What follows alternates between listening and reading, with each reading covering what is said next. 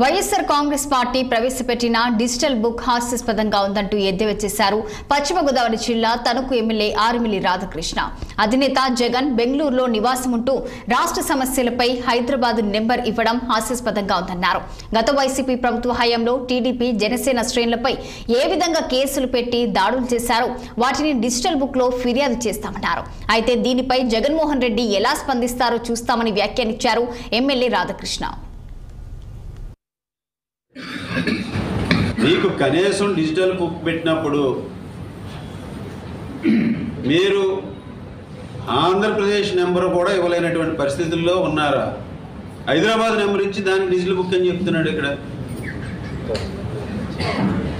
So ఎంత హాస్యాస్పదంగా ఉందంటే, ఈ రాష్ట్రం కోసం, ఈ రాష్ట్ర ప్రజల కోసం పెట్టాము, లేకపోతే వైఎస్ఆర్ కాంగ్రెస్ పార్టీ కార్యకర్తల కోసం అని పెట్టి హైదరాబాద్లో డిజిటల్ బుక్ నెంబర్ ఇచ్చాడు.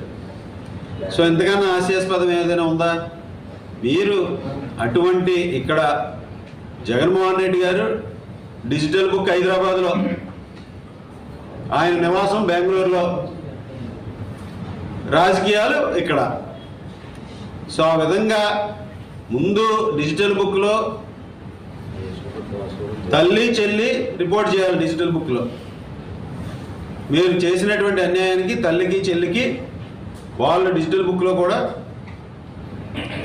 పెట్టారని చెప్తున్నారు. ముందు వాళ్ళని న్యాయం చేయండి డిజిటల్ బుక్ ద్వారా, తర్వాత మిగిలిన వాళ్ళకి చేద్దాం.